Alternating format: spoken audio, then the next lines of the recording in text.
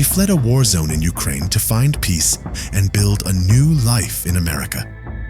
One August night, the 23-year-old was on a train, heading home after a long shift at her job.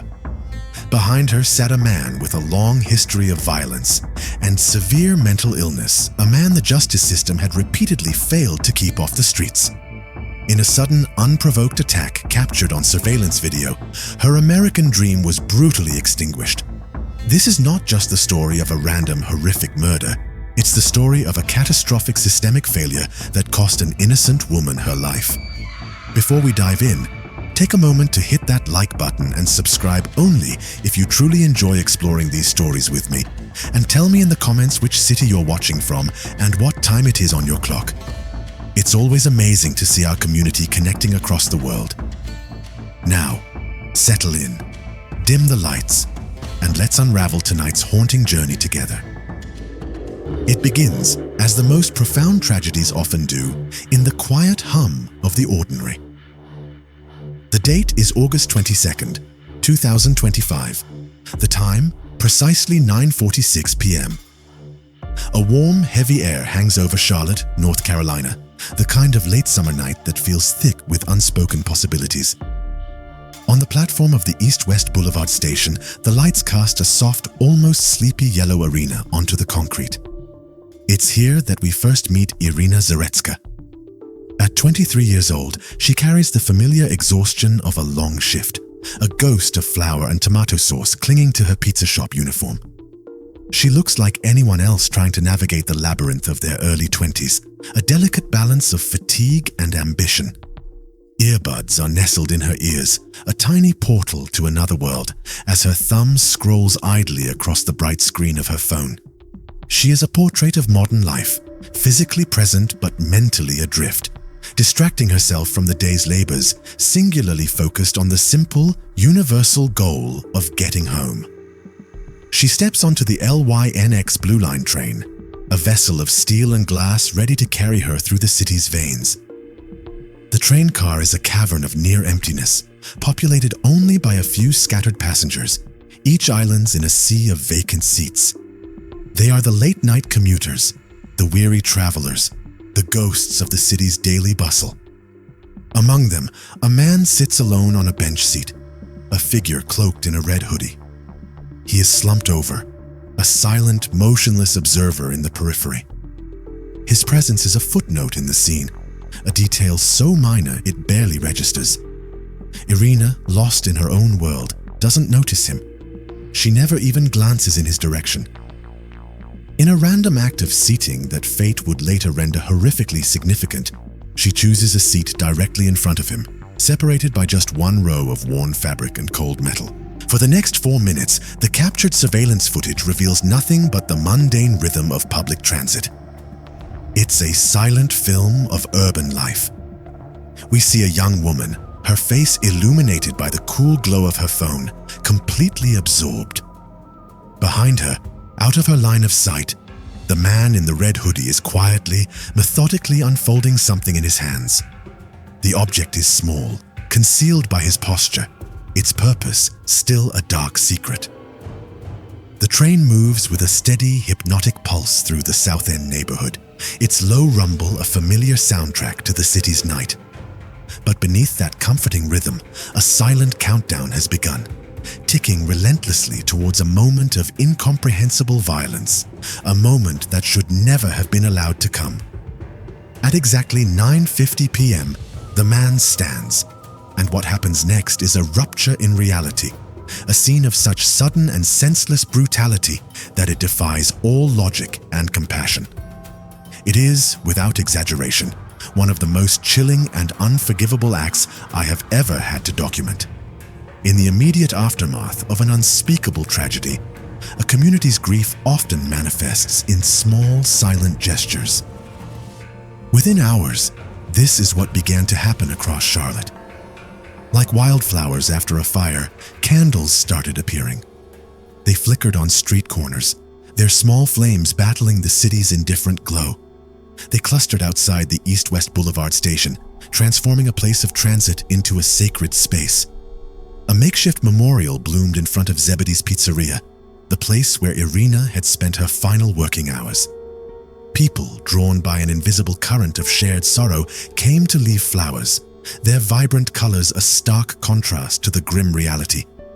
They left handwritten notes filled with messages of love and disbelief, and tiny Ukrainian flags, potent symbols of the life she had fled and the peace she had sought. Some stood in profound silence, their presence a testament to a loss that words could not contain. Others wept openly, their tears a raw and honest expression of a city's broken heart. Not all of them knew Irina personally. Most, in fact, had never met her.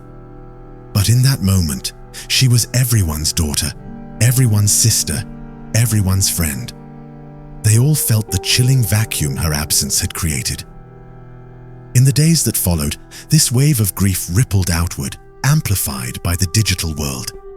Thousands upon thousands of comments flooded the internet, creating a global vigil.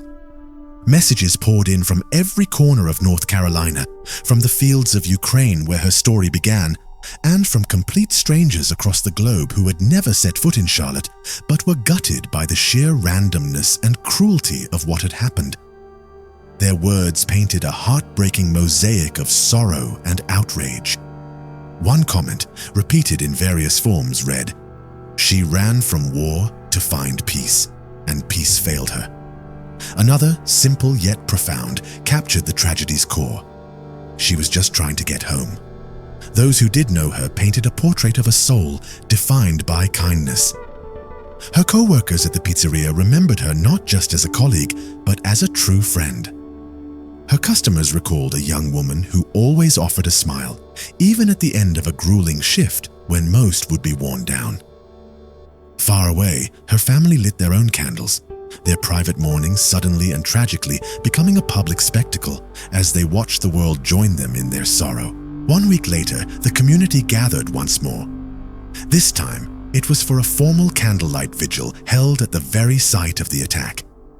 As dusk settled over Charlotte, painting the sky in somber hues of purple and gray, dozens of people stood shoulder to shoulder, their flickering candles a unified beacon against the encroaching darkness. Her name, Irina, was read aloud, the sound of it hanging in the heavy air. Her photograph, a smiling, vibrant image of the life that was stolen, was projected onto the cold, concrete wall of the train station. A moment of silence was observed, a collective breath held in the very spot where she had last stood, a space forever altered by violence. Many held signs, their hand-painted letters a desperate plea for change, justice for Irina. Fix the system. Never again. But beneath the surface of the candles, the flowers, and the shared grief, a deeper, more volatile emotion was simmering. Anger. A cold, hard anger. Because the more people learned about the precise sequence of events that led to this tragedy, the more impossible it became to comprehend. It wasn't just a random act of violence, it was a catastrophic failure. A series of dropped balls, missed signals, and ignored warnings that had paved the way for a predator to strike. The question hanging over the vigil, unspoken but felt by everyone, was not just why this had happened, but how anyone, anywhere, could have let it. It was supposed to be just another ride home. August the 22nd, a Thursday night. Irina had just clocked out from her late shift at the pizzeria, a second job she had recently taken on. She was tirelessly working, not for luxuries, but for necessities to help with the bills and to support her mother, with whom she shared a nearby home. Around 9:45 p.m., she boarded the LYNX Blue Line at the East-West Boulevard station. The train stop was in Charlotte's South End, a neighborhood known for its trendy, rapidly developing atmosphere, a place recognized more for its lively bars and craft breweries than for any lurking danger. It was supposed to be safe. The CCTV footage from that night is chillingly mundane. It shows her stepping onto the train car, a study in casual routine. She's wearing a simple black t-shirt, the pizzeria's logo a small emblem over her heart. Her hair is tucked back, and her earbuds are in place, sealing her in a private world of music or podcasts. She randomly chooses an unremarkable seat, her only desire to get home after a long, exhausting day. The man who was already seated behind her, the man in the red hoodie, didn't move. There were no words exchanged, no glances, no signs of tension or aggression. There was not a single solitary indication that this quiet commute through a city she had grown to love would be anything other than what it was: routine, familiar. She had ridden this exact same route dozens, if not hundreds of times before. But there were critical, invisible factors at play that night, facts that Irina couldn't possibly have known, and that the public would only learn in the horrifying days to come. The man sitting behind her had not paid a fare to be on that train. There were no police officers, no transit security guards, not a single uniformed presence in that specific train car. And hidden in his pocket, he was clutching something horrifying, a weapon that, in a matter of minutes, would irrevocably sever the timeline of Irina's life. As the train rumbled forward, 4 minutes slipped by, each second a grain of sand falling through an hourglass, counting down to a preventable nightmare.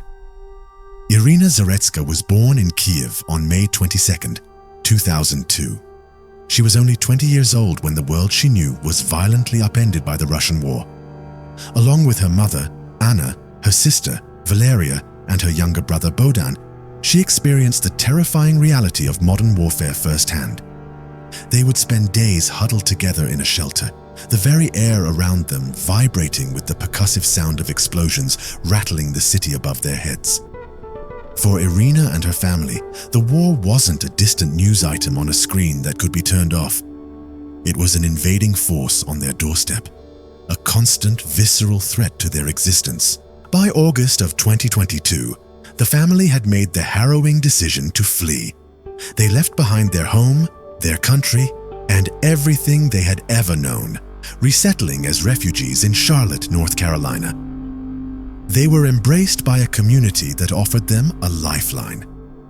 When she first arrived, Irina knew no one and spoke very little English. But she was a study in resilience. Within just a few months, she had found work, started to make friends, and was already weaving herself into the fabric of her new community, even helping neighbors by walking their dogs. She enrolled in courses at a local community college, her ambitions set on a gentle and compassionate path, becoming a veterinary assistant. This was not her first foray into higher education.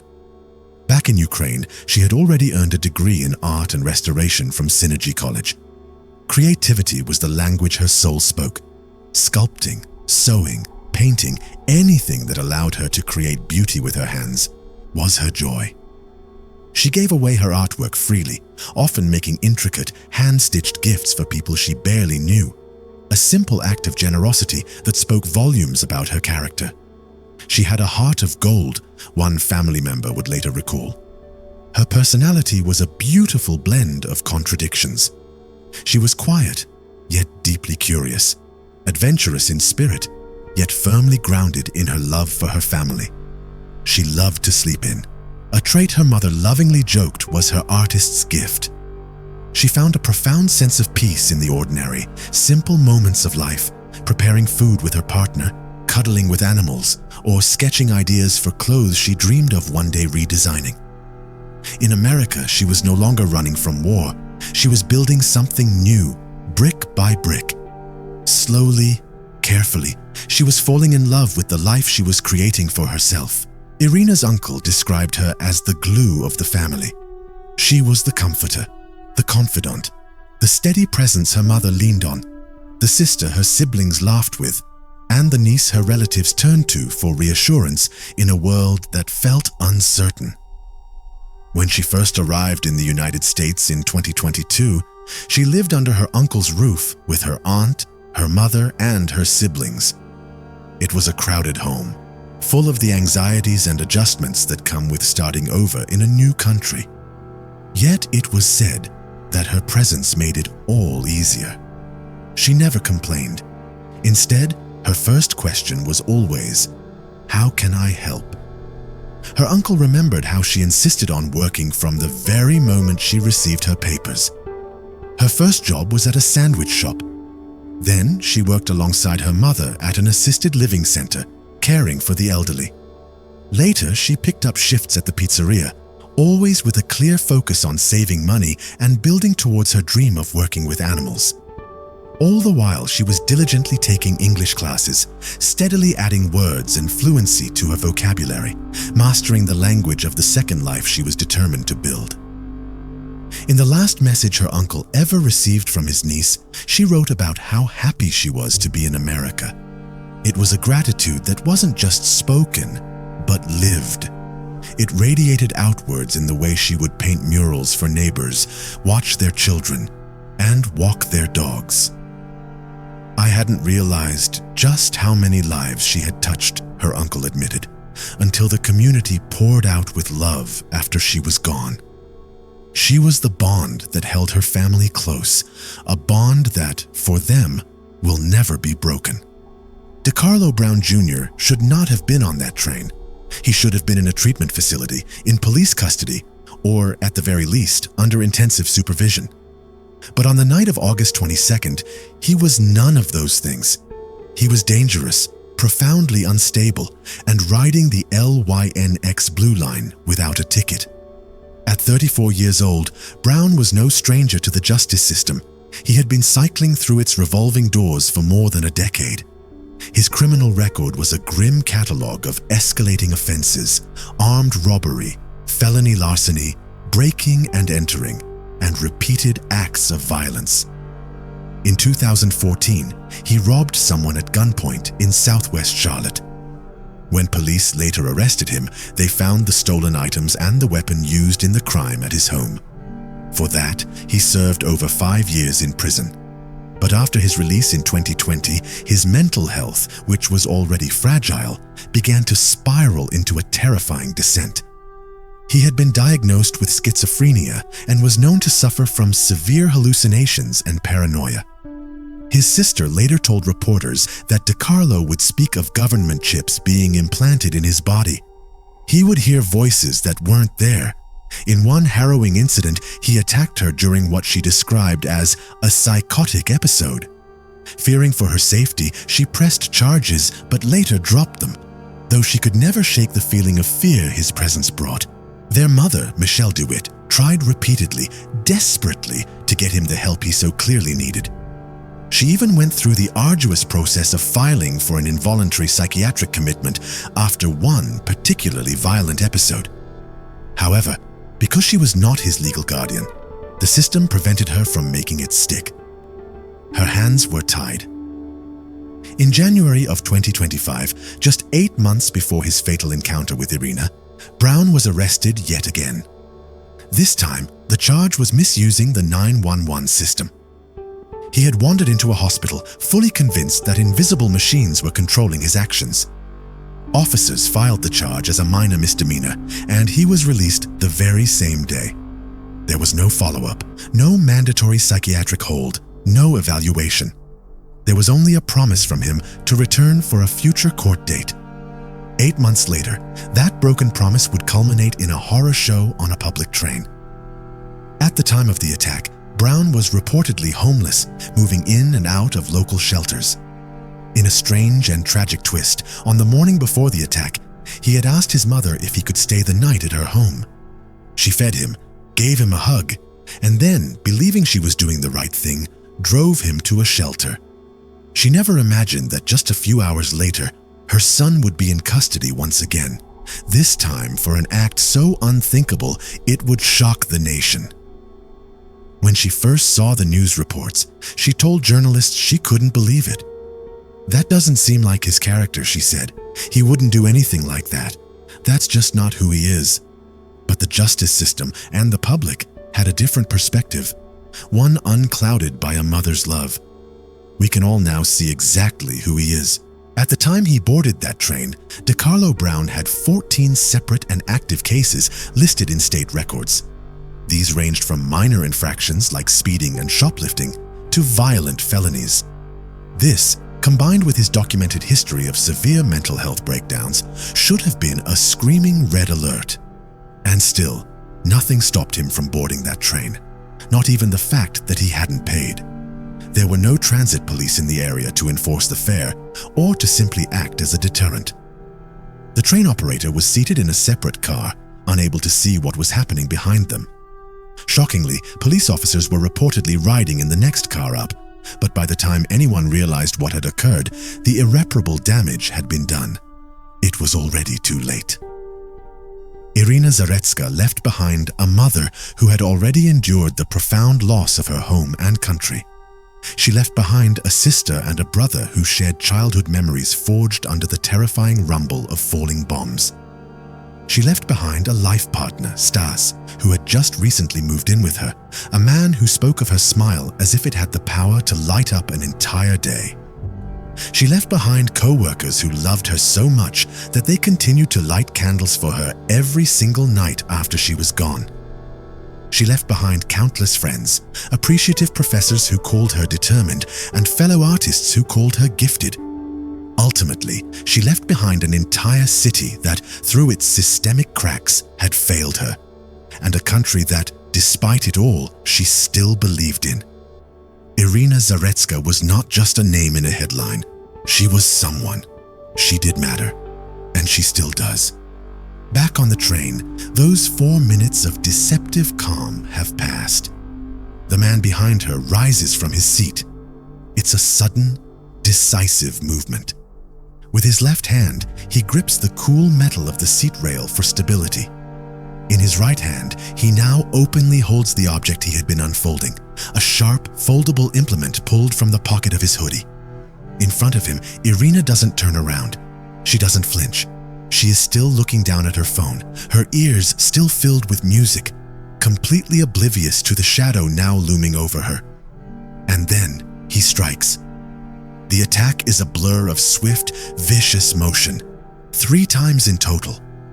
At least one of the impacts, a powerful, targeted thrust, strikes her directly in the neck. The surveillance footage shows her body recoiling, a primal, instinctive reaction.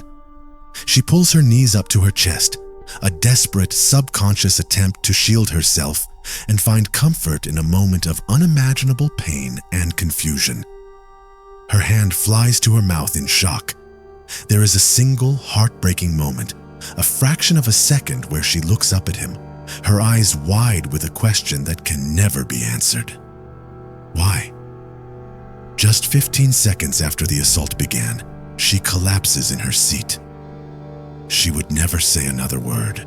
Police would later state, in what seems like a gross understatement, that the attack was completely unprovoked. If you see the footage, you have no choice but to agree. Witnesses in the adjacent car later described hearing a single piercing scream, followed by an abrupt and chilling silence. Some rushed in to help, while others frantically called for emergency services. The train screeched to a halt. In the ensuing chaos, DeCarlo Brown calmly walked through the train car, stepped off at the next station, and simply walked away. But his freedom was short-lived. Within minutes, he was surrounded by police and in handcuffs. And by then, Irina was already gone. In the days that followed, DeCarlo Brown Jr. was charged not only with first-degree murder, but also with committing an act of violence causing death on a mass transportation system. This is a rare and serious federal charge, one that could make him eligible for the death penalty. Officials described his actions as an unforgivable act of violence. The Justice Department has vowed to seek the maximum possible penalty. At the press conference announcing the charges, the U.S. attorney, a seasoned legal professional, openly wept. Amidst their grief, Irina's family was forced to make one final heartbreaking decision. They would not be sending her body back to a war-torn Ukraine for burial. She loved America, they said. This is her home now. She should be buried here. The case against her killer is still making its way through the court system. I will be sure to update you as soon as any new information becomes available. Be careful out there, and I'll see you soon.